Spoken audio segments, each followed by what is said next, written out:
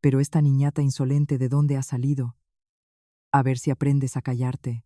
La mano afilada cortó el aire y golpeó la mejilla de Lucía Torres con una fuerza brutal. Su cabeza se giró de golpe y el colgante dorado y redondo que llevaba al cuello salió despedido por los aires. Al caer al suelo, el colgante rodó y rodó hasta detenerse justo delante de los lustrados zapatos de un hombre desconocido. El hombre no dijo nada. Se inclinó lentamente, con una calma que contrastaba con la tensión del ambiente. Recogió la pequeña medalla redonda en la palma de su mano y acarició con la yema del dedo las iniciales grabadas en su interior. En ese instante, su mirada se volvió insondable, como si contemplara el fin del mundo. Se hizo el silencio. Helena fue la voz más grave y pesada del mundo. Mientras tanto, Lucía seguía arrodillada en el suelo, sin atreverse siquiera a tocarse la mejilla dolorida. Un trozo de masa de harina que su suegra le arrojó con furia impactó en su hombro, estallando en una nube blanca. El polvo de harina se esparció como ceniza, cubriendo su pelo y sus hombros. Largo de aquí ahora mismo. No mereces ser la nuera de esta familia. El grito de su suegra retumbó en todo el local. Pero nadie, absolutamente nadie, podía imaginar que el hombre que observaba todo en silencio desde una mesa en el rincón no iba a dejar pasar aquello. ¿Quién era aquel desconocido y qué relación tenía con la joven nuera humillada en mitad del restaurante? Si te suscribes y das a me gusta, que es gratis, la fortuna te sonreirá. Aquí comienza la historia. En un estrecho callejón del casco viejo de Zaragoza, un letrero descolorido revelaba su antigüedad bajo los primeros rayos del sol matutino. Sopas caseras Carmen Vargas. El local parecía llevar abierto más de 20 años, con el paso del tiempo grabado en cada grieta de su fachada. La luz se encendió en el almacén trasero del restaurante mucho antes de que el sol asomara por el horizonte. La puerta chirriante y vieja del almacén se abrió, revelando la figura de Lucía Torres. A sus 26 años, su rostro parecía un poco más delgado y mucho más cansado que el de otras chicas de su edad. Había heredado de su madre una cara ovalada y delicada, como un huevo de porcelana, y unos ojos grandes y bondadosos de cierva, pero bajo ellos se cernía una sombra profunda, impropia de su juventud. Lucía entró en el almacén sin decir palabra y se detuvo frente a una pila de sacos de harina. 20 kilos cada uno. Un peso que incluso a un hombre corpulento le costaría levantar con ambas manos. Sin embargo, Lucía se lo echó al hombro ella sola. Soltó un suspiro, corto y ahogado. Sintió que el hombro se le hundía bajo el peso, pero apretó los dientes y dio un paso adelante. Un saco, 2 sacos, 3 sacos. Los sacos de harina que se apilaban ordenadamente en un rincón de la cocina eran el testimonio del peso que Lucía había cargado cada día durante sus 2 años de matrimonio. Después de trasladar los sacos, comenzaba inmediatamente el trabajo de amasar.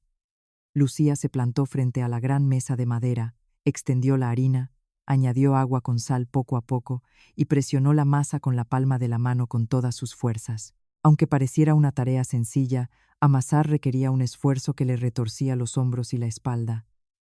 Amasar, estirar, doblar y volver a amasar. La masa parecía no querer ceder nunca. Los nudillos de Lucía estaban ásperos y engrosados desde hacía mucho tiempo. Eran las manos de una mujer de 26 años, pero parecían gastadas por décadas de trabajo. Aún así, no se detuvo. Los preparativos para abrir el restaurante apenas habían comenzado. «Oye, Lucía, ¿has puesto el caldo de jamón al fuego?», llegó la voz de Carmen Vargas desde la habitación del fondo.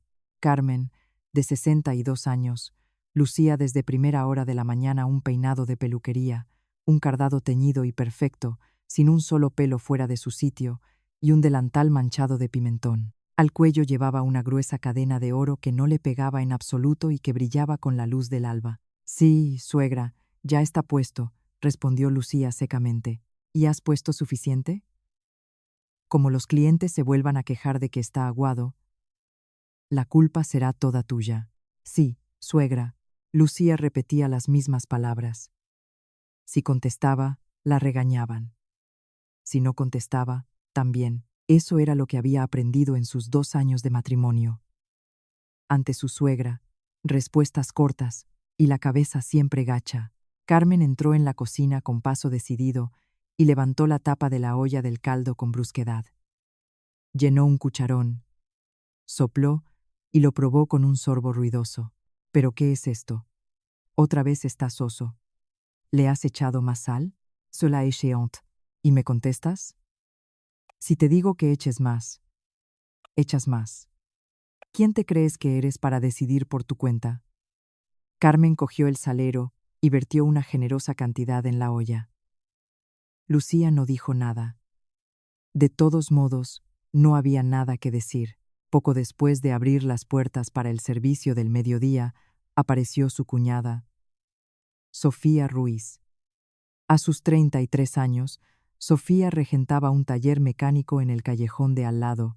Entró mascando chicle con la parte de arriba del mono de trabajo, manchada de grasa, atada a la cintura y vistiendo un llamativo chándal de color naranja fosforito. La coleta alta que llevaba se balanceaba con cada uno de sus decididos pasos. «Mamá, ya estoy aquí». Sofía saludó y, acto seguido, se sentó en una silla junto al mostrador, cruzando las piernas con aire de superioridad. Sin mover un dedo, sus ojos afilados inspeccionaban la cocina. Lucía, mientras limpiaba una mesa, inclinó ligeramente la cabeza. «Hola, Sofía». «Hola», respondió Sofía con desdén, manteniendo la mirada fija en el comedor.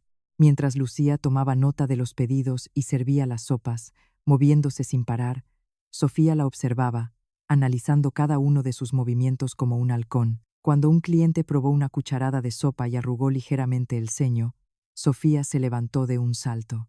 «Lucía, ven aquí». Lucía se acercó, vacilante.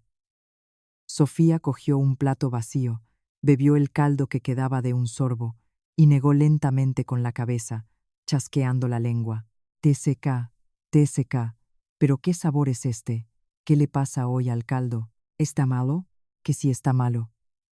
Esto no es caldo ni es nada. Es agua de fregar». «No. El agua de fregar tiene más sabor que esto», dijo Sofía, dejando el plato sobre la mesa con un golpe seco. Su voz era bastante alta. Un par de clientes se giraron a mirar. Lucía se mordió el labio con fuerza. La palabra perdón le subió a la garganta, pero consiguió reprimirla. Carmen asomó la cabeza desde la cocina y añadió su parte. «¿Ves lo que te decía? Es que esta chica, además de ser lenta, no tiene mano para la cocina». Pero como ella no se da cuenta, madre e hija se rieron a carcajadas, compartiendo la burla. Lucía, escuchando sus risas, apretó con fuerza el trapo que tenía en la mano. Por la tarde, cuando los clientes se marcharon, hubo un breve respiro. Lucía se sentó sola en un rincón del almacén trasero. Abrazó sus rodillas, apoyó la frente en ellas y cerró los ojos. Le dolía todo el cuerpo. Los hombros los sentía agarrotados y los nudillos le ardían. Tras unos instantes de quietud, sacó algo de su bolsillo, un colgante dorado y redondo, pequeño y antiguo, pero siempre brillante. La única herencia de su madre. Lo colocó en la palma de su mano y lo observó en silencio. La madre de Lucía, Elena Torres, había fallecido justo después de que ella naciera. No recordaba su rostro, ni su voz, ni el calor de sus manos. Lo único que le permitía sentir su presencia era aquella pequeña medalla dorada. Acarició con la yema de los dedos las dos iniciales grabadas en su interior, un gesto que había repetido innumerables veces desde niña. Habría querido preguntar de quién eran, pero no tenía a nadie a quien hacerlo. Su tío, Manuel Torres, se enfurecía cada vez que veía el colgante. «No saques eso, ¿qué tanto lo miras?». Era la voz de su tío, una voz que casi podía oír en su cabeza con solo pensarlo. Era un hombre tosco y de pocas palabras, pero era la única persona en el mundo que estaba de su lado. Lucía volvió a guardar el colgante en su ropa. Durante sus 2 años de matrimonio, al principio pensó que su marido, Javier Ruiz, sería su refugio. El miedo a estar sola en el mundo era demasiado grande y creyó que, al tomar su mano, por fin tendría una familia. Pensó que con eso sería suficiente. Pero la realidad fue muy distinta. Javier no había cambiado en 2 años. Cada vez llegaba más tarde a casa del taller y sus mensajes de texto eran cada vez más esporádicos. Cuando Lucía caía rendida en la cama, él llegaba a casa, y cuando ella se despertaba de madrugada, él ya se había ido. No tardó mucho en darse cuenta de que algo iba mal, pero temía que, en el momento en que lo confirmara, todo se derrumbaría. Si se marchaba de esa casa, no tenía a dónde ir. El pánico a la soledad la obligaba a ignorar la verdad. Y así, Lucía sobrevivía día a día como la nuera de esa casa, sabiendo la verdad pero fingiendo no saberla. Antes de que comenzara el servicio de la cena, Sofía apareció de nuevo. Esta vez entró con las manos vacías y se dejó caer en la silla junto al mostrador. Carmen salió de la cocina para recibirla con una sonrisa. «Sofía, ¿has comido?» «Sí, piqué algo antes». «Oye, mamá, en serio, tienes que hacer algo con Lucía». Estaba parada como un pasmarote con el restaurante lleno y se ha equivocado con un pedido. Se lo digo todos los días. Es que no tiene sangre en las venas. No se entera de nada. Lucía, que estaba en la cocina picando cebolletas, escuchaba la conversación. Sintió que le ardían las orejas, pero mantuvo la cabeza gacha y no dejó de mover las manos. Sofía apoyó los codos en el mostrador y miró de reojo a Lucía. «Oye, ¿estás segura de que sabes picar eso? ¿Por qué lo cortas tan grueso? ¿Cómo vas a poner trozos enteros de cebolleta en la sopa? La cortaré más fina». «Va, ya has cortado casi toda, no la vamos a tirar. Déjalo así». Total, con la poca gracia que tienes para cocinar, ¿qué más da el grosor de la cebolleta? Dicho esto, soltó una risita. Carmen se rió también. Lucía dejó el cuchillo sobre la tabla y cerró los ojos por un instante. Le temblaba ligeramente la mano. «Tranquila, esto no es nada», se repetía en silencio. Eran las palabras que se decía cada día. Desde hacía un tiempo, se había vuelto imposible soportar el día sin ellas. Cerca de las 8 de la tarde, el local estaba bastante concurrido. Los clientes terminaban sus platos de sopa y, uno a uno, se iban levantando. Lucía iba de un lado a otro a toda prisa, recogiendo platos vacíos, limpiando mesas y tomando nuevos pedidos. De repente, un cliente de una mesa levantó la mano. «Perdone, ¿nos puede traer un poco más de caldo?» Lucía corrió a por la jarra del caldo, pero justo cuando iba a servirlo, la voz de su cuñada la interrumpió. «Oye, Lucía, ¿no ves que tienes que limpiar esa mesa primero? Haz las cosas en orden. Es que el cliente me ha pedido caldo. ¿Y qué es más importante, servir el caldo o limpiar la mesa de allí? Perdón, primero el caldo y... Pero bueno. Mamá, mira». Otra vez me está contestando. Carmen asomó la cabeza desde la cocina y chasqueó la lengua. «Lucía, hazle caso a tu cuñada. ¿Cómo va a ser eso más importante?» La mesa a la que se refería estaba ocupada. Lucía sintió que la cara le ardía de vergüenza e inclinó la cabeza. «Perdón». Dejó la jarra del caldo y fue a limpiar primero la mesa vacía. Si hacía lo que le ordenaban, encontraban otra cosa que criticar. Si intentaba usar su propio juicio, la acusaban de contestar. Hiciera lo que hiciera, estaba mal. Para Lucía, nunca había una respuesta correcta. Cuando el último cliente se fue y terminó de fregar, Lucía se quedó sola, limpiando el suelo del restaurante. Carmen y Sofía estaban sentadas en la habitación del fondo, viendo una telenovela. Sus carcajadas se filtraban a través de la fina puerta corredera. Javier, como de costumbre, no había dado señales de vida. Lucía escurrió la fregona y cerró los ojos con fuerza. No era la primera vez que pensaba en el divorcio. Lo había imaginado innumerables veces en su cabeza. Ella, haciendo las maletas y marchándose. Pero siempre se detenía en el mismo punto. Una vez fuera, ¿a dónde iría? Si aparecía con sus maletas en casa de su tío, aquel hombretón tosco no diría nada, pero sabía que pasaría la noche en vela. Últimamente, cuando hablaba con él por teléfono, notaba su voz un poco más débil. Sentía que su salud ya no era la de antes. No quería ser una carga para él. Y sobre todo, le aterrorizaba la idea de estar sola. Lucía, que nunca había tenido el amparo de una familia. Había visto en ese matrimonio la oportunidad de tener por fin un hogar. Aunque ese hogar estuviera lleno de espinas, la idea de perderlo también le daba pánico, así que, una vez más, Lucía agarró la fregona y siguió limpiando el suelo. En la soledad del restaurante vacío, sin hacer ruido, cuando terminó y se levantó, vio el calendario colgado en la pared. Faltaban 10 días para su aniversario de boda. El año pasado, su marido al menos había traído un pastel a casa. Aquello parecía un recuerdo de un pasado muy lejano.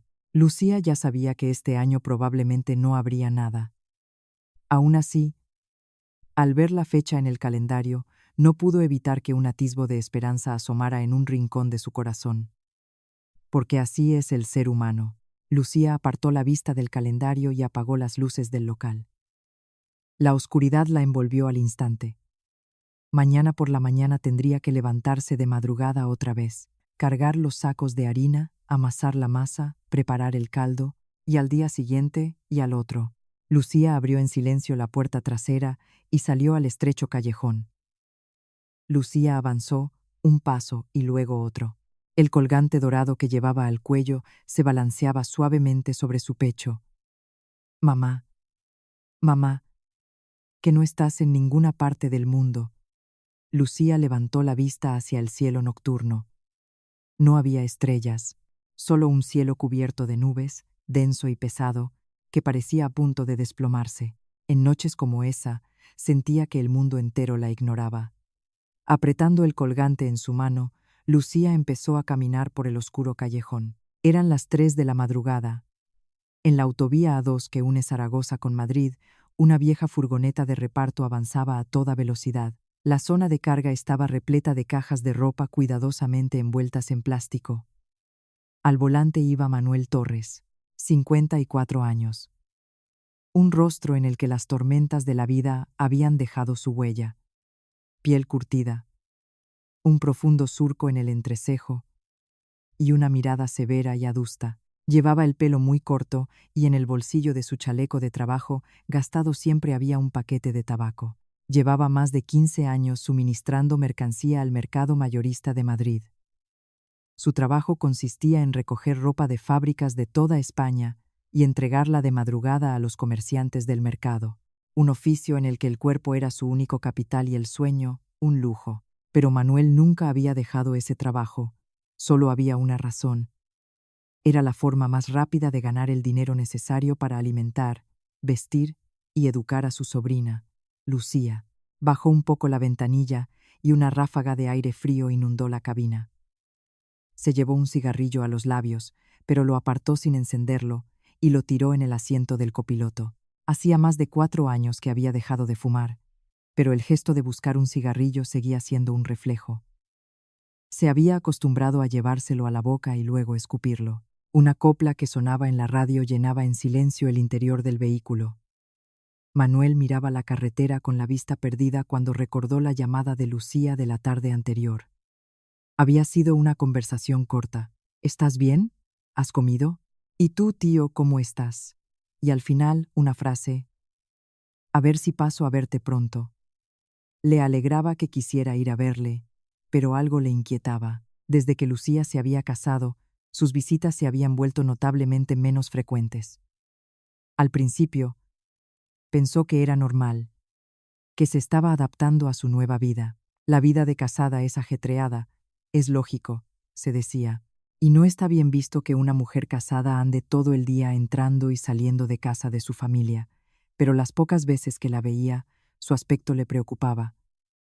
Ella sonreía. Decía que estaba bien, pero esa no era la sonrisa de la Lucía que él conocía. Sus ojos no sonreían. Solo se curvaban sus labios, mientras que en el fondo de su mirada había algo pesado como el plomo. Manuel no sabía ponerle nombre a aquello. Nunca había sido una persona especialmente perceptiva para esas cosas. Llegó a Mercamadrid a las 5 de la mañana. Mientras descargaba la mercancía, revisaba las cajas y charlaba brevemente con los comerciantes, la imagen de Lucía no se apartaba de su mente. Al terminar y emprender el camino de vuelta, paró en un área de servicio y compró un café con leche envasado. Últimamente, las rodillas le daban problemas. Cuando cargaba mucho peso durante un tiempo prolongado, la rodilla derecha le dolía con punzadas agudas. Le habían dicho varias veces que fuera al médico, y él siempre respondía que estaba demasiado ocupado. Nunca se había acostumbrado a gastar dinero en sí mismo.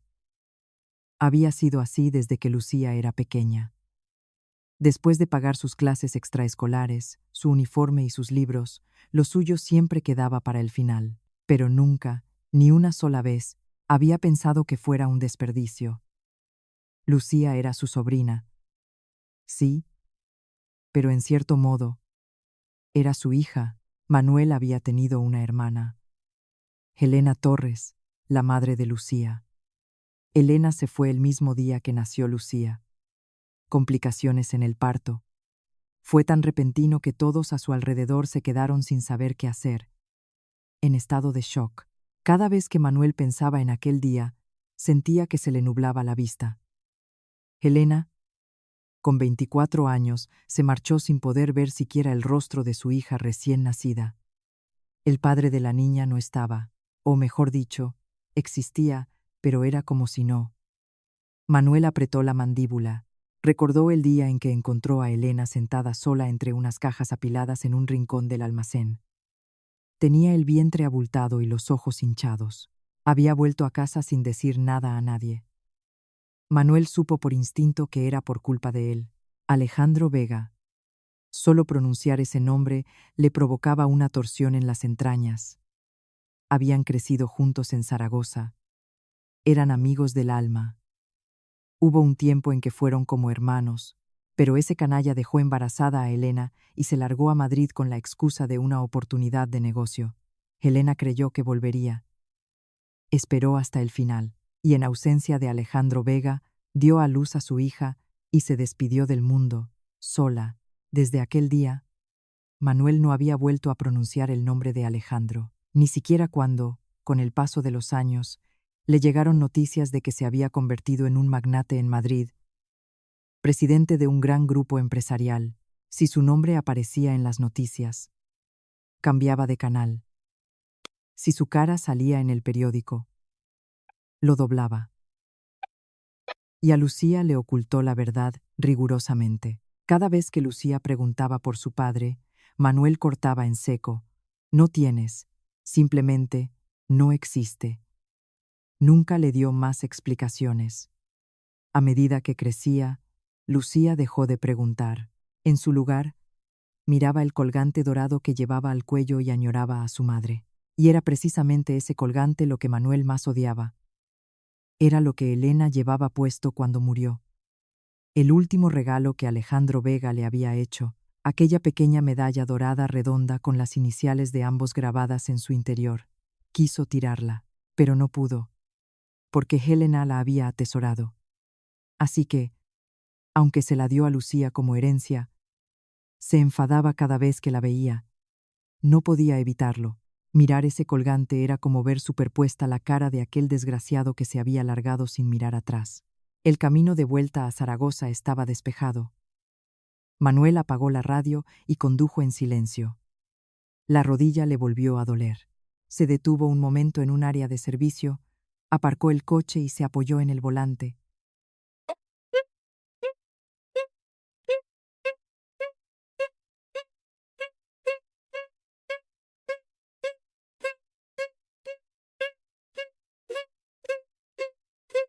Iba a echar una cabezada cuando el pensamiento de Lucía volvió a su mente. Hace ya 2 años que se casó, murmuró para sí. La primera vez que vio a aquel chico, Javier Ruiz, no le dio buena impresión. Dijo que tenía un taller mecánico y era un charlatán, pero su mirada era algo turbia. Sin embargo, a Lucía le gustaba, y cuando le dijo con una sonrisa que quería presentárselo a su tío, Manuel simplemente asintió. Si era alguien que podía cuidarla mejor que él, era suficiente. Solo espero que no sea como el cabrón que abandonó a la madre de Lucía. Eso era lo único que le importaba. Pero últimamente, una sensación de inquietud se había instalado en un rincón de su corazón. Las visitas que se espaciaban, la voz que se apagaba, la calidez que desaparecía de su sonrisa. Manuel no era un hombre sutil, no sabía expresar las cosas con palabras, ni preguntar directamente, ni acercarse con afecto. Siempre había sido así. Incluso cuando Lucía era pequeña, le preparaba la comida, pero no era capaz de darle un abrazo cálido. Iba a las funciones del colegio, pero no sabía qué decir y se pasaba todo el tiempo en silencio. Y sin embargo, cuando Lucía lloraba o se ponía enferma, sentía como si le clavaran un cuchillo en el pecho. Para Manuel, todo eso era amor. Un amor silencioso, tosco, que no sabía cómo expresar y que siempre observaba desde la distancia. Llegó a casa pasadas las 9 de la mañana. Era una humilde casa de una sola planta. Una casa vieja sin reformar al final de un estrecho callejón en las afueras de Zaragoza. En el pequeño patio, demasiado pequeño para llamarlo así, había unas cuantas macetas viejas, macetas que solo contenían tierra, sin saber si lo que había plantado dentro estaba vivo o muerto. Manuel se quitó las botas de trabajo, entró y se dirigió a la cocina. Abrió la nevera y la volvió a cerrar. No tenía hambre. Mejor me echo a dormir, pensó, y se fue a su habitación, pero el móvil vibró. Miró la pantalla. Era Lucía. Manuel se sentó en la cama y contestó: Lucía, tío, ¿has terminado ya? Sí, acabo de llegar. ¿Pasa algo? Hubo un breve silencio. Parecía que Lucía estaba eligiendo sus palabras. No, nada. Solo quería oír tu voz. Ah, respondió Manuel secamente. Pensó por un momento si debía preguntar algo más.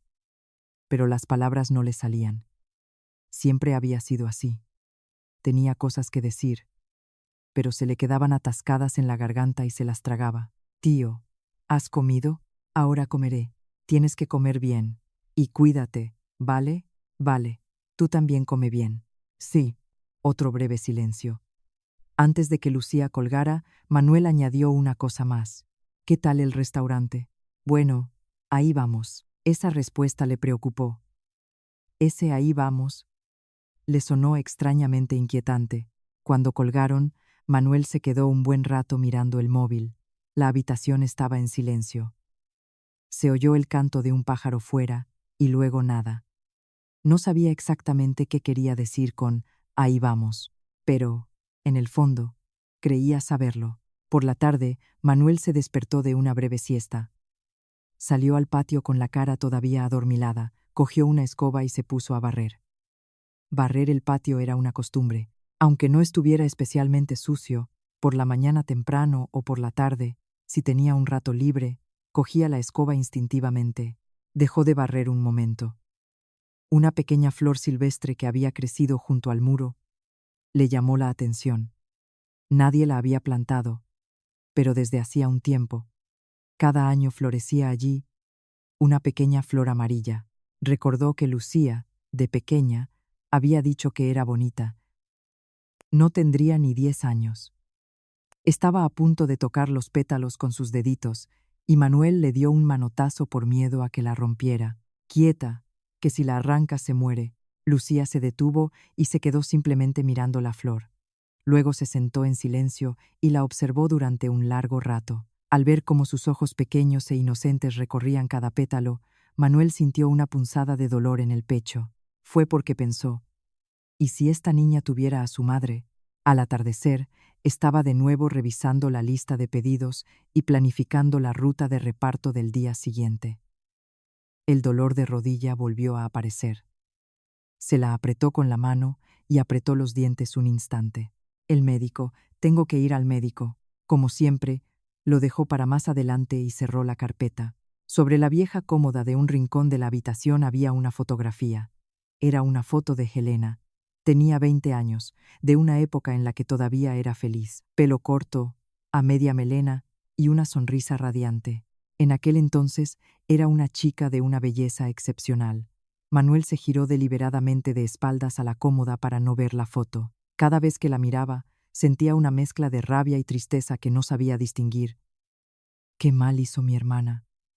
Se había tragado esa pregunta un número incontable de veces. Helena no había hecho nada malo. Su único error fue confiar demasiado en aquel hombre. y al final, eso lo fue todo. Manuel había vivido aferrado a una promesa. Nunca, jamás, le diría a Lucía el nombre de su padre.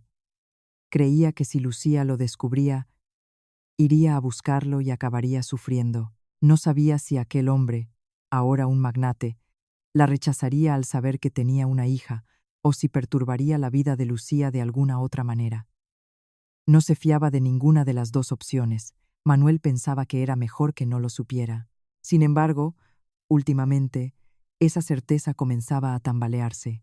Era la segunda Navidad desde que Lucía se había casado.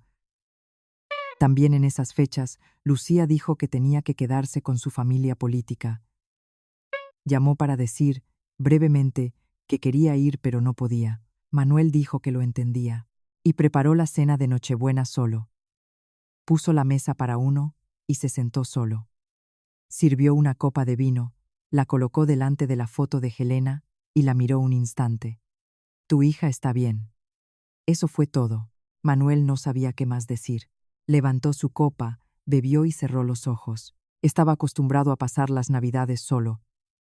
No se sentía solo, simplemente estaba en silencio. Pero ese día, el silencio era diferente. Antes, era solo silencio. Ese día, el silencio se sentía enorme. La casa parecía demasiado grande. Una casa pequeña, pero se sentía inmensa. Manuel dejó la copa y apartó la vista de la foto. Si Lucía está bien, es suficiente. Con eso me basta. Se consolaba a sí mismo. Pero en un rincón de su mente, una pequeña y persistente idea le decía que algo no iba bien. Se sentía extrañamente inquieto. Cada mensaje, cada llamada de Lucía era un poco, solo un poco, diferente. Las llamadas eran más cortas, la voz más baja, la risa más forzada. Manuel era un hombre tosco, pero era capaz de darse cuenta de eso, porque la había criado como a una hija. La noche se hizo más profunda. Manuel estaba sentado en una silla vieja en el patio, sintiendo la fría brisa nocturna. En la mano tenía una lata de cerveza. Bebió un sorbo y miró al cielo. Se veían algunas estrellas. Apenas unas pocas brillaban a través de las nubes. Manuel las observó durante un buen rato y luego bajó la vista. Mañana de madrugada tenía que volver a salir. Si la espalda no le dolía, era la rodilla la que protestaba, y si la rodilla aguantaba, era el hombro el que fallaba. Pero tenía que salir. No tenía motivos para parar. Si Lucía estaba bien, Manuel también lo estaba. Esa era su forma de vida. No había aprendido otra. Manuel terminó la cerveza y se levantó lentamente de la silla. La rodilla le crujió. «Ay, por Dios», murmuró para sí y entró. Antes de apagar la luz, miró una vez más la foto de Helena sobre la cómoda. Simplemente la miró, sin decir nada. Y apagó la luz. Mañana, como siempre, tendría que levantarse a las 2 de la madrugada, Madrid. En el distrito financiero, donde los rascacielos de cristal y acero se alzaban como si quisieran perforar el cielo, la sede del Grupo Vega era, sin duda, el edificio más imponente. En la planta 54, la más alta, se encontraba el despacho del presidente. Aquella tarde, Alejandro Vega estaba de pie frente al enorme ventanal, contemplando la ciudad a sus pies. 54 años. Un rostro al que el adjetivo atractivo le venía como anillo al dedo, con una mandíbula afilada y una nariz aguileña. El pelo engominado, peinado impecablemente hacia atrás, y unas gafas de montura de titanio sin marco acentuaban su aspecto severo. En sus manos sostenía un fajo de documentos. Informe de análisis del plan de sucesión. Un documento que su equipo de asesores llevaba meses preparando. Estado de las filiales, estructura accionarial, evaluación de los principales directivos, candidatos a próximo consejero delegado. Los números y nombres que abarrotaban las páginas se veían con nitidez, iluminados por la luz que se reflejaba en el cristal. Alejandro dejó los documentos sobre el escritorio. No se sentó. Permaneció de pie. Sucesión. Esa palabra, últimamente, le sonaba especialmente vacía. El grupo lo había creado él mismo. Lo había construido partiendo de cero, invirtiendo más de 20 años de su vida. Alimentación, construcción, distribución, logística, 18 filiales, más de 50.000 empleados, a ojos de cualquiera, una vida de éxito. Pero ahora, solo frente a ese éxito, Alejandro no veía nada en el horizonte. No tenía hijos. Tampoco se había casado. Desde que el grupo se consolidó, su entorno había empezado a proponerle matrimonios, pero nunca había aceptado. Nadie sabía la razón, o mejor dicho, solo él la sabía: Zaragoza. Recordar ese nombre no era algo que pudiera controlar a voluntad. Con cada cambio de estación, o incluso de forma más irregular, ese nombre simplemente aparecía, se colaba sin avisar, como una puerta que se abre de repente. Elena Torres.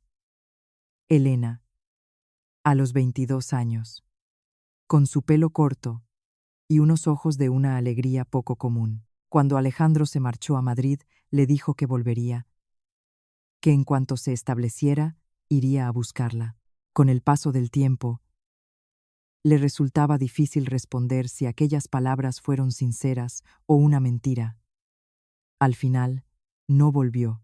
El negocio empezó a funcionar, y la fuerza que lo arrastraba era demasiado poderosa.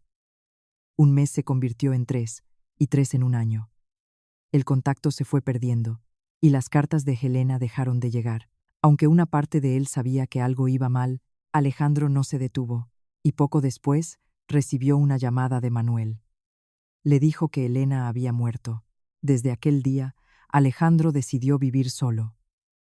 La deuda que tenía con ella no era algo que pudiera saldar empezando una nueva vida con otra mujer. Así que pensó que lo correcto era vivir solo, trabajar, hacer crecer el grupo y nada más. Llevaba casi 30 años viviendo así. Pero lo extraño era que, ahora que lo había conseguido todo, se daba cuenta de que no tenía nada. Cuanto más grande era el grupo, cuanto más alto era su despacho, más sentía el vacío de un espacio al que nadie regresaría.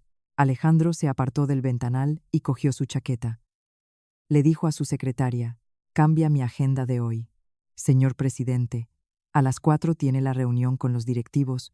Posponla». No dio más explicaciones. Alejandro salió de su despacho. Mientras conducía por la autovía, no encendió la radio. Con la chaqueta tirada en el asiento del copiloto, se limitó a conducir, con las manos en el volante. Al salir de Madrid y tomar la A2, sintió que por fin podía respirar. Intentó recordar la última vez que había hecho ese trayecto, pero no lo consiguió. Al tomar la salida de Zaragoza y entrar en la ciudad, se encontró con un paisaje que mezclaba lo desconocido y lo familiar. Muchas cosas habían cambiado, pero otras parecían haber escapado al paso del tiempo. Callejones viejos, postes de la luz inclinados, letreros descoloridos. Alejandro conducía despacio. No tenía un destino concreto. Simplemente conducía, quizás buscando, o quizás huyendo, de alguna calle por la que había paseado con Elena, con la esperanza de que aún existiera en algún rincón. Fue entonces cuando, en un estrecho callejón, le llamó la atención un restaurante del que entraba y salía gente. Sopas caseras Carmen Vargas. Un letrero humilde. Parecía estar en pleno apogeo del servicio de mediodía. El local estaba bastante lleno. Alejandro iba a pasar de largo, pero su mirada se detuvo en una persona que se movía al otro lado del ventanal. Era una mujer joven. Llevaba un delantal, el pelo recogido en un moño, y se movía por el comedor de un lado a otro, con platos en ambas manos. Estaba manchada de harina por todas partes, pero había algo en sus movimientos que le atrapó la mirada. Pudo ver su rostro. Alejandro detuvo el coche. Una cara ovalada y delicada, unos ojos grandes y bondadosos de cierva. Alejandro contuvo la respiración. Era Elena. No, no era Elena, pero era Elena. Esas dos ideas contradictorias se le clavaron en el pecho con una extraña sensación. Salió lentamente del coche. Aparcó a la entrada del callejón y caminó hacia el restaurante. Era como si sus pies se movieran solos. Al abrir la puerta, Una mezcla de olor a caldo y a harina le golpeó en la nariz. Unas 10 mesas viejas, más de la mitad ocupadas. Alejandro se sentó en una mesa del rincón. La joven se acercó. «Hola, buenos días. ¿Qué va a tomar?» Su voz era baja y tranquila, parecía cansada. Tenía ojeras, y en el fondo de sus pupilas se adivinaba algo pesado. Sin mirar la carta, Alejandro dijo: «Una sopa de fideos. Y un pisto manchego. Muy bien. Un momento, por favor». Justo cuando la mujer se daba la vuelta, la mirada de Alejandro se fijó en lo que llevaba colgado del cuello. Un colgante dorado y redondo. Una medalla pequeña y antigua, pero su forma, su tamaño, el aspecto de la fina cadena dorada de la que colgaba, Alejandro sintió que se le enfriaban las yemas de los dedos. La mujer entró en la cocina y Alejandro, desde su asiento, observó el local. En la cocina, una mujer de unos 60 años se movía con agilidad. Con su pelo cardado y su delantal, parecía la dueña del restaurante. Al poco rato, la joven volvió a salir para servir una sopa en otra mesa. El plato parecía pesado, lo sostenía con cuidado con ambas manos. Al dejarlo, su expresión se contrajo un instante, pero se recuperó rápidamente. Alejandro no pasó por alto ese fugaz gesto. Tenía los hombros encorvados. Los hombros de alguien que ha cargado mucho peso durante mucho tiempo. Unos hombros demasiado gastados para una chica de 20 años. En ese momento, una voz gritó desde la cocina: «Oye, Lucía, en la mesa 3 dicen que algo está mal. Ve a ver». El nombre, Lucía, atravesó el aire y se clavó en los oídos de Alejandro. Lucía, Elena, Elena. Los dos nombres chocaron en su corazón. Un rato después, la puerta se abrió y entró otra persona. Era una mujer de unos 30 y tantos, con una coleta alta y ropa de colores llamativos.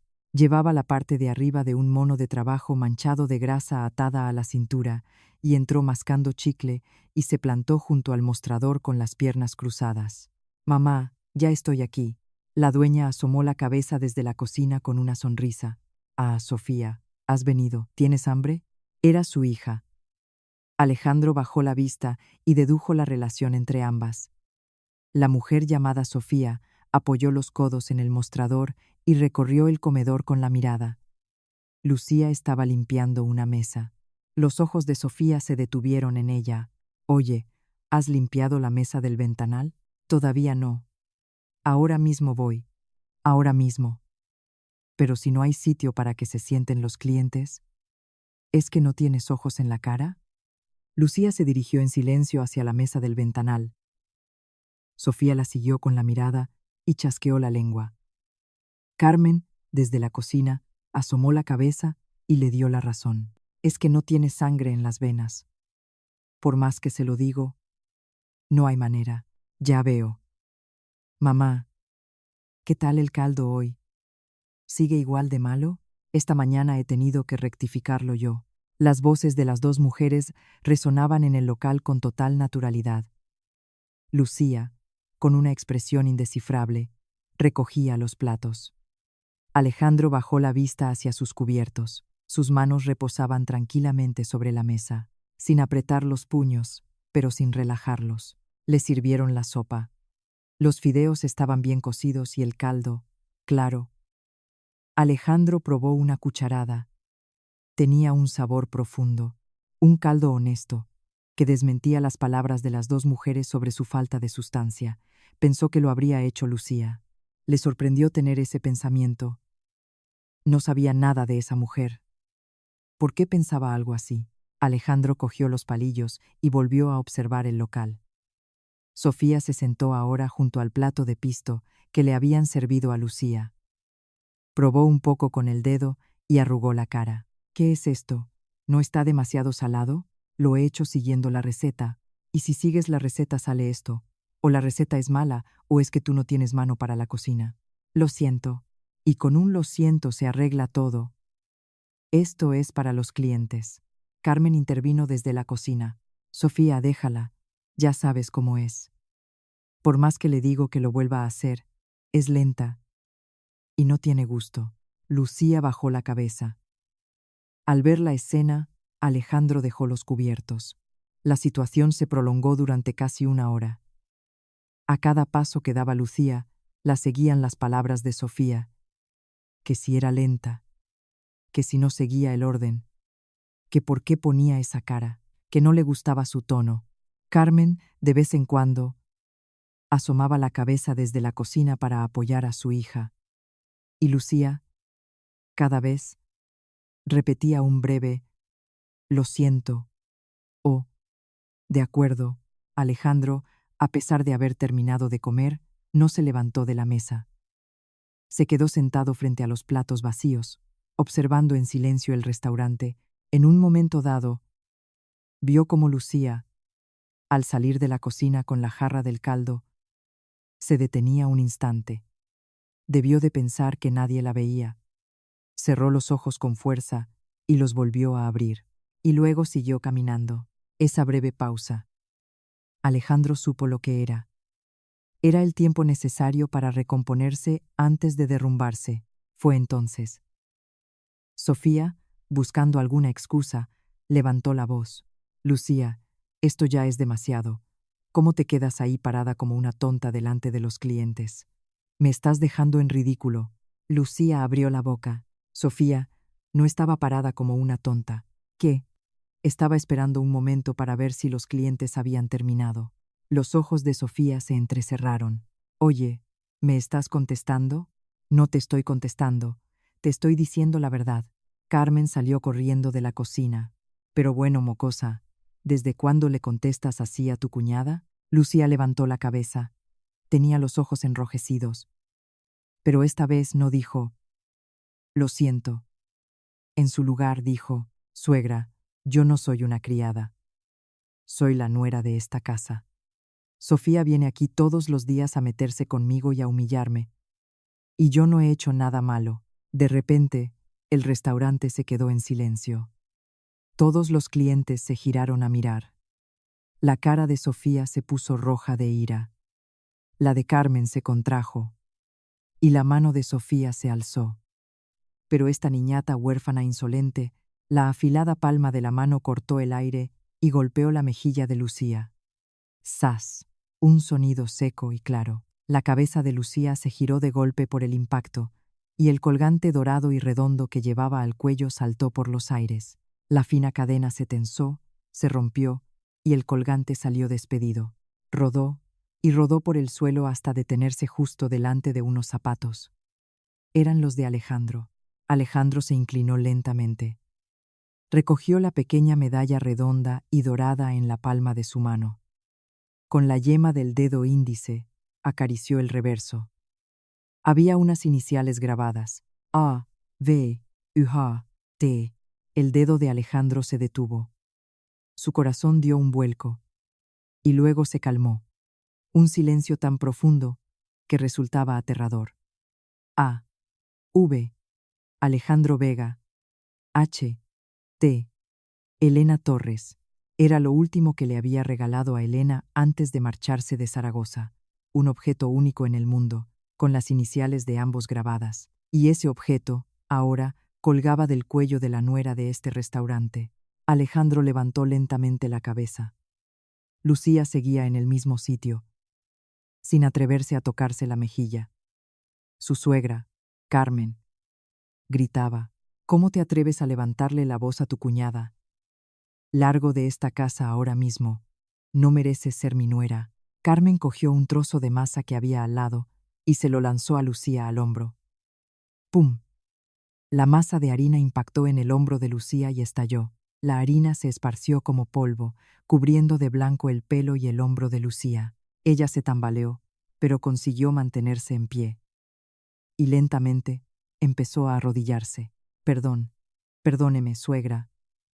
He sido yo la que ha obrado mal». Su voz temblaba, pero Lucía, con la cabeza gacha, repetía las mismas palabras. Con los hombros cubiertos de harina completamente encogidos, parecía aferrarse a lo único que podía evitar que la echaran de esa casa. Alejandro la observaba. Con el colgante dorado apretado en la palma de la mano, no decía nada. El aire en el local se había vuelto pesado. Alejandro se levantó lentamente de su silla. Se abrochó la chaqueta, apartó a un lado el vaso de agua que había sobre la mesa con una mano y empezó a caminar. Sin prisa, sin la rodilla hincada, sin la cabeza gacha. En el momento en que empezó a moverse en aquel pequeño restaurante de sopas, la atmósfera cambió. Carmen, que seguía gritándole a Lucía, sintió su presencia y se giró. Alejandro se interpuso entre ellas. «Un momento, por favor», una voz baja y tranquila, pero tan clara que pareció oírse en todo el restaurante. Carmen entrecerró los ojos. «¿Quién es usted? Si es un cliente, coma y váyase. No se meta en asuntos de familia». «¿Asuntos de familia?», replicó Alejandro secamente, y miró a los clientes del local. «¿Cuántas mesas hay ocupadas ahora mismo? ¿Cree que hacer esto delante de todos es un asunto de familia?». La cara de Carmen se endureció. «¿Y a usted qué le importa? ¿Es un cliente que ha venido a comer? Pues ahora mismo me resulta un poco difícil seguir comiendo. Y creo que a los demás comensales también». Alejandro recorrió de nuevo el comedor con la mirada. Un par de clientes bajaron la vista. Era evidente que estaban avergonzados y no podían mirarle a los ojos. Sofía intervino. «Oiga, señor, si no sabe de qué va la historia, no se meta, no lo hacemos con mala intención». «¿Que no tienen mala intención?». Alejandro giró la cabeza hacia Sofía. Su mirada, a través de las gafas, era fría e inexpresiva. «¿Abofetear a su cuñada delante de los clientes tampoco es con mala intención?». Sofía se quedó sin palabras. Carmen, agarrándose el delantal con ambas manos, levantó la voz. «Pero bueno, este señor, si ya ha terminado de comer, ¿por qué no se va?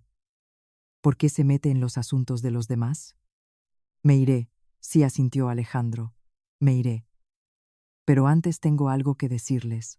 Carmen se cruzó de brazos y dio un paso al frente. Su mirada se endureció. Cuando un cliente sin pinta de tener mucho dinero se metía donde no le llamaban, así era como lo despachaba. Llevaba más de 20 años regentando ese negocio.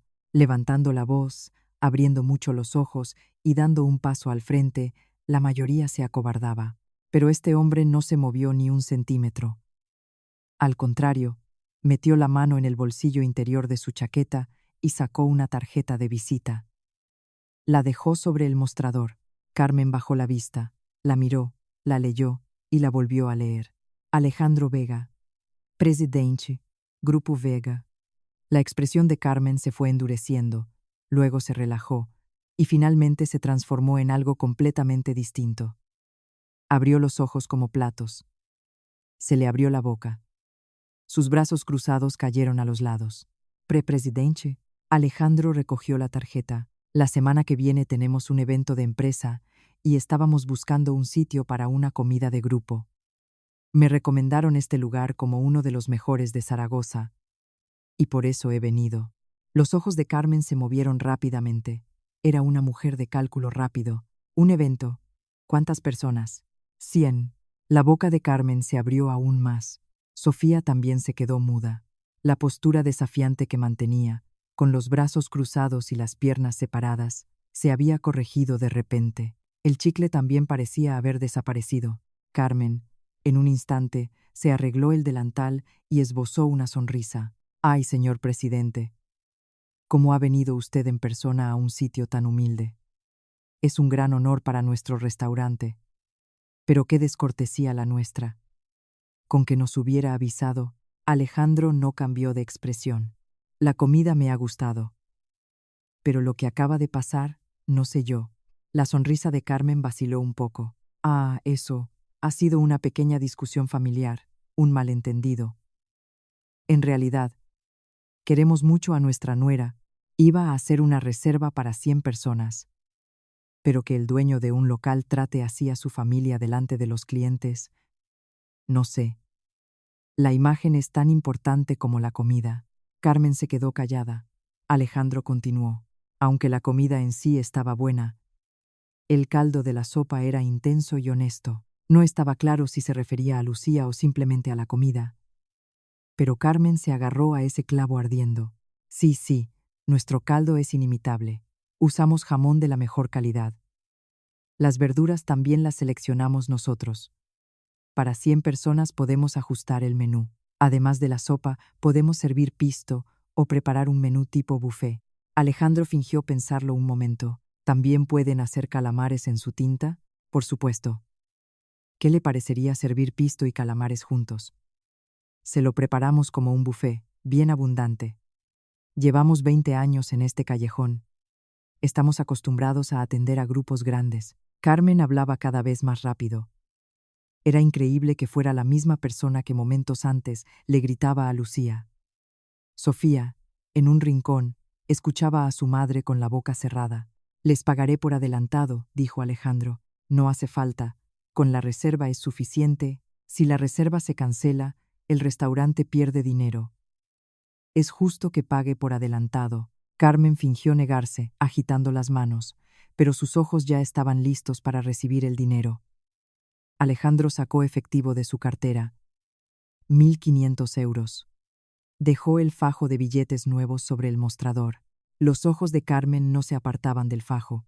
Lo cerramos para la semana que viene. Les confirmaré el día exacto. Sí, señor presidente. Si nos da su número, nosotros le... Mi número está en la tarjeta, cortó Alejandro, y se dio la vuelta.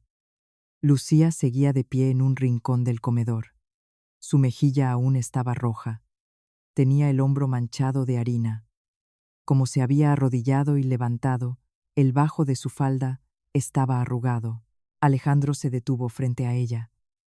Abrió la mano. El colgante dorado y redondo reposaba en su palma. Parece algo importante. Guárdelo bien.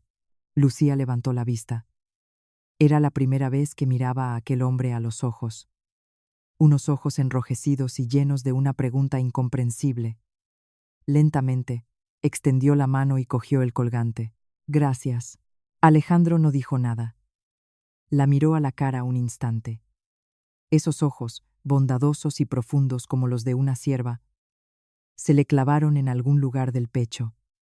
Y se dio la vuelta. Abrió la puerta del restaurante y salió.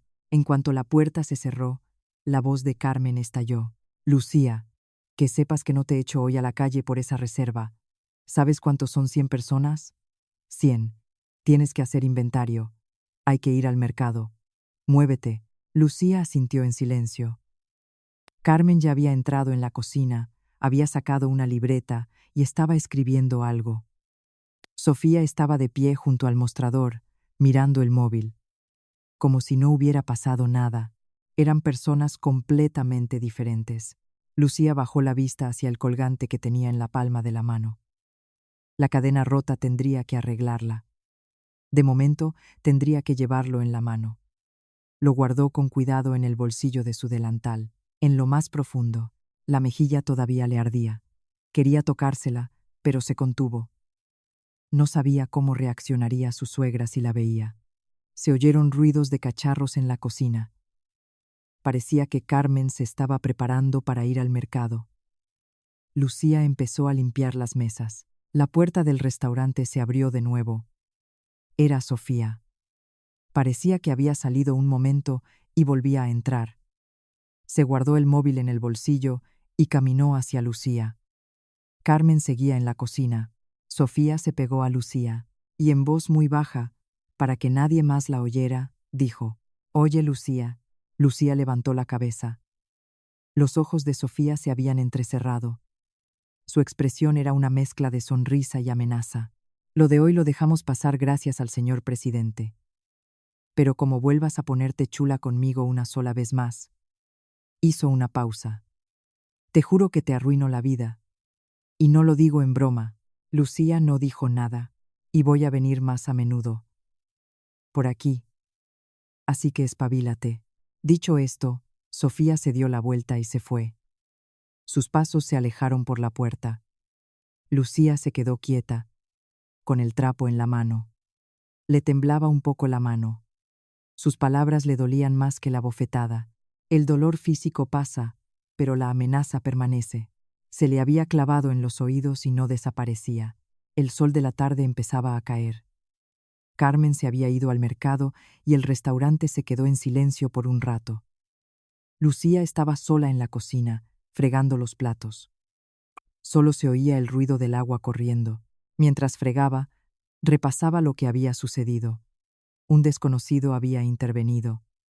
Había actuado como si quisiera protegerla, y le había recogido y devuelto el colgante. Parece algo importante. Guárdelo bien. Esas palabras resonaban en sus oídos. ¿Por qué le había dicho eso? No era normal que un cliente se metiera en los asuntos de la nuera de un restaurante. Pero la mirada de aquel hombre era extraña. No parecía una simple intromisión. La forma en que le devolvió el colgante, su mirada, era como si estuviera contemplando algo más profundo. Lucía se metió la mano en el bolsillo del delantal y sacó el colgante. La cadena rota colgaba entre sus dedos. La medalla brillaba bajo la luz en la palma de su mano. Se veían las iniciales del interior.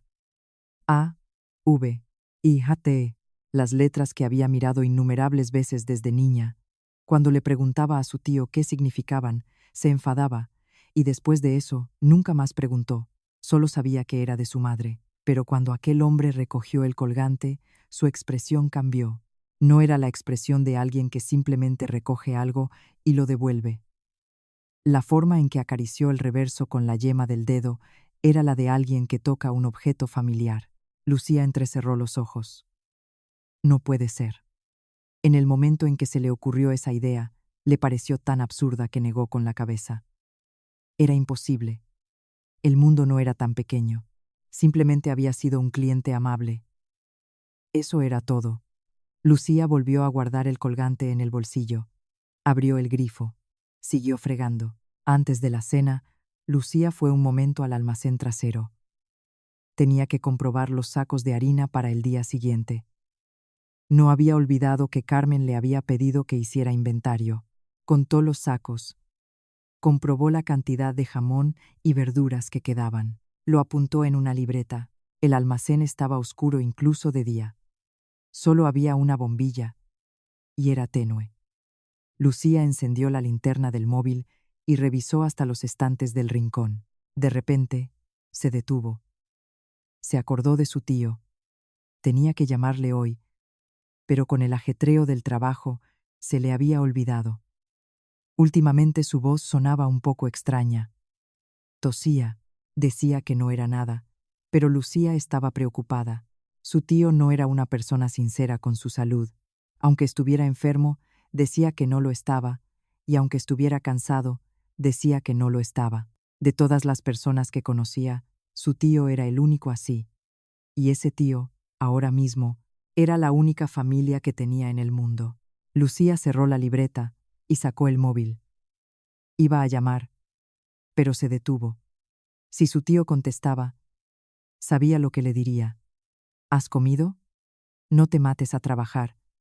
Nada más. Su tío nunca había sido de muchas palabras, pero al menos, si contestaba, podría oír su voz. Lucía pulsó el botón de llamar. Dio un tono. 2, 3. Lucía, contestó su tío. Su voz sonaba grave. Parecía cansado. Tío, soy yo. ¿Has comido? Sí. ¿Y tú? Yo también. Tío, ¿cómo estás? ¿Y la tos? Ahí voy. No es nada. Lucía se mordió el labio un instante. Me alegro de que estés bien. Tío, tienes que ir al médico. Si quieres, voy contigo. ¿Con el lío que tienes? Ya iré yo solo. Tío, ¿qué? Nada. Que te echo de menos. Al otro lado del teléfono se hizo un breve silencio. Y yo, esas dos palabras hicieron que a Lucía se le humedecieran los ojos. Después de colgar, Lucía se apoyó en la pared del almacén. Cerró los ojos. El día de hoy le parecía interminable. Desde la madrugada había cargado sacos de harina, amasado, atendido el restaurante, recibido una bofetada, una amenaza, y un hombre extraño le había devuelto su colgante. Habían pasado demasiadas cosas a la vez. Lucía abrió los ojos y sacó de nuevo el colgante del bolsillo de su delantal. Tenía que arreglar la cadena. Mañana, de vuelta del mercado, había una joyería donde podían arreglársela en un momento. La medalla en sí estaba intacta. Solo se había roto la cadena. La colocó en la palma de su mano y la observó durante un buen rato. Todo lo que sabía era que esta medalla era de su madre, se lo había dicho su tío. Si intentaba preguntar más, su tío se enfadaba. De pequeña no entendía por qué. Al crecer, empezó a intuirlo. En esta medalla, además de su madre, había otra persona. Porque había dos iniciales. ¿Quién sería? ¿Dónde? ¿Y cómo viviría esa persona? Lucía negó con la cabeza. No era momento de pensar en eso. Mañana por la mañana, tenía que volver a levantarse temprano. Carmen le había dicho que revisara el inventario y preparara la lista de la compra. Tenía que hacer eso también. Lucía guardó el colgante en el bolsillo y abrió la puerta del almacén. Era hora de empezar el servicio de la cena. Llegó la noche. Después de que se fueran todos los clientes y terminara de fregar, Carmen estaba en la habitación del fondo hablando por teléfono. Parecía que llamaba a Sofía. Hablaba en voz alta, sobre los preparativos para las 100 personas. Lucía recogía el comedor sola. Limpiaba las mesas, subía las sillas, barría el suelo. La rutina de cierre de siempre. Llevaba 2 años haciéndolo sola. La farola de la calle estaba encendida. Su luz amarilla se reflejaba en el cristal de la ventana. Lucía, mientras escurría un trapo, miró un momento hacia afuera.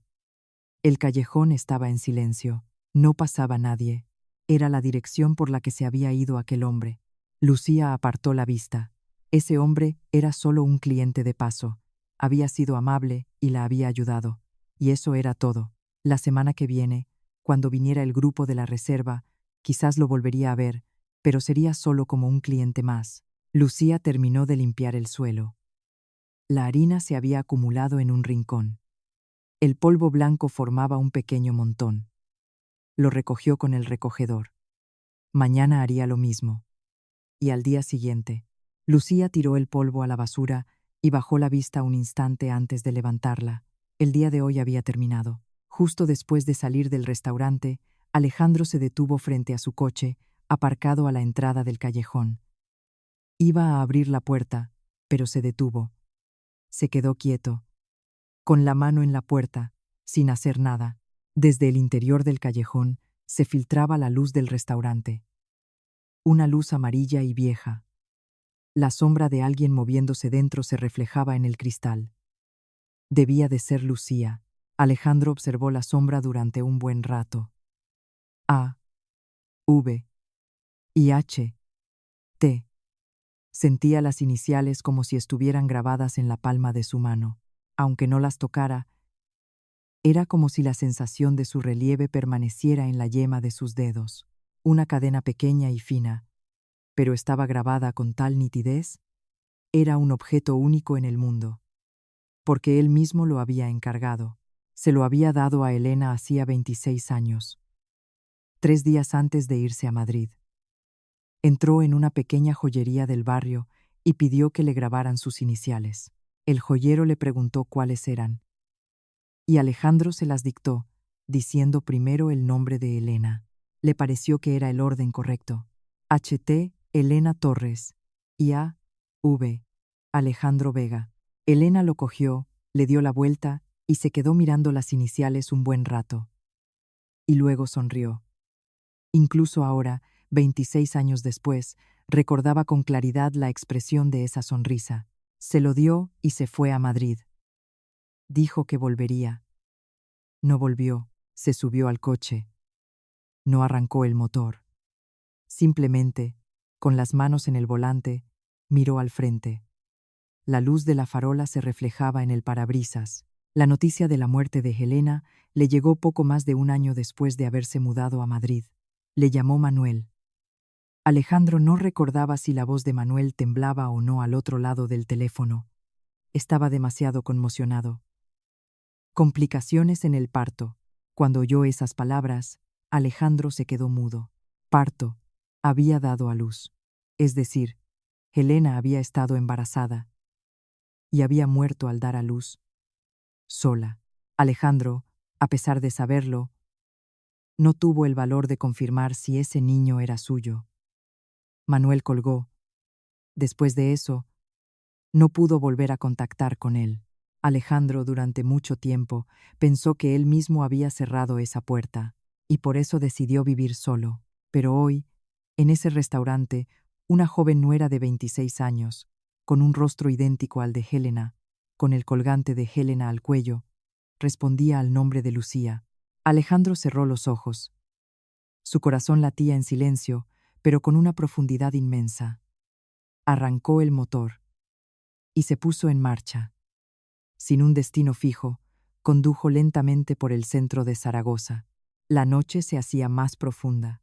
Mientras recorría una avenida bordeada de farolas, sacó el móvil.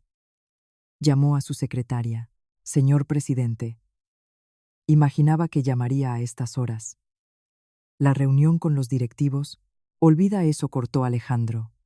En un callejón del casco viejo de Zaragoza hay un restaurante llamado Sopas Caseras Carmen Vargas. La nuera se llama Lucía Torres. Investígala. ¿Empiezo ahora mismo? Rápido. Colgó. Con una mano en el volante, miró por la ventanilla. La noche de Zaragoza transcurría en silencio. En algún lugar debía de estar el callejón por el que paseaba con Elena, pero ya no recordaba dónde. 26 años lo habían borrado, pero lo que no se borra, no se borra. La llamada de su secretaria llegó a última hora de la tarde del día siguiente. Alejandro estaba en la habitación de un hotel del centro de Zaragoza. No había vuelto a Madrid.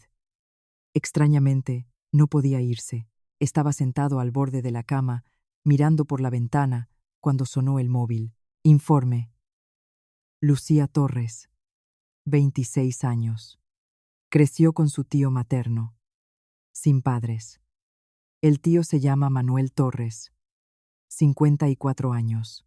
Se dedica al transporte de mercancías de ropa a Mercamadrid.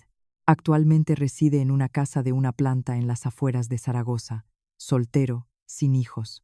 Alejandro escuchaba sin perderse un detalle. Y, señor presidente, la voz de la secretaria cambió ligeramente. El señor Manuel Torres figura como conocido suyo. Nacido en Zaragoza, misma edad, y hay registros de que en su juventud mantenían una estrecha amistad. Alejandro cerró los ojos. Manuel. Ese nombre descendió lentamente hasta su pecho. Hemos investigado los registros de los padres de la señora Torres.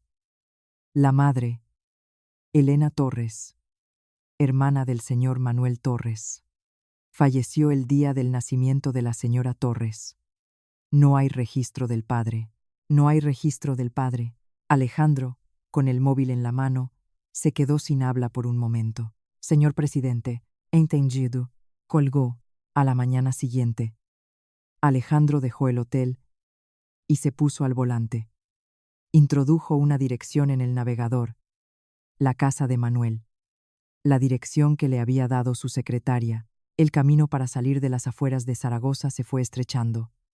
La carretera principal se convirtió en un camino vecinal y luego en una callejuela flanqueada por viejos muros de piedra. Al final del camino se veía una casa de una planta, una casa vieja. La pintura parecía antigua, y en el pequeño patio, demasiado pequeño para llamarlo así, había una escoba apoyada.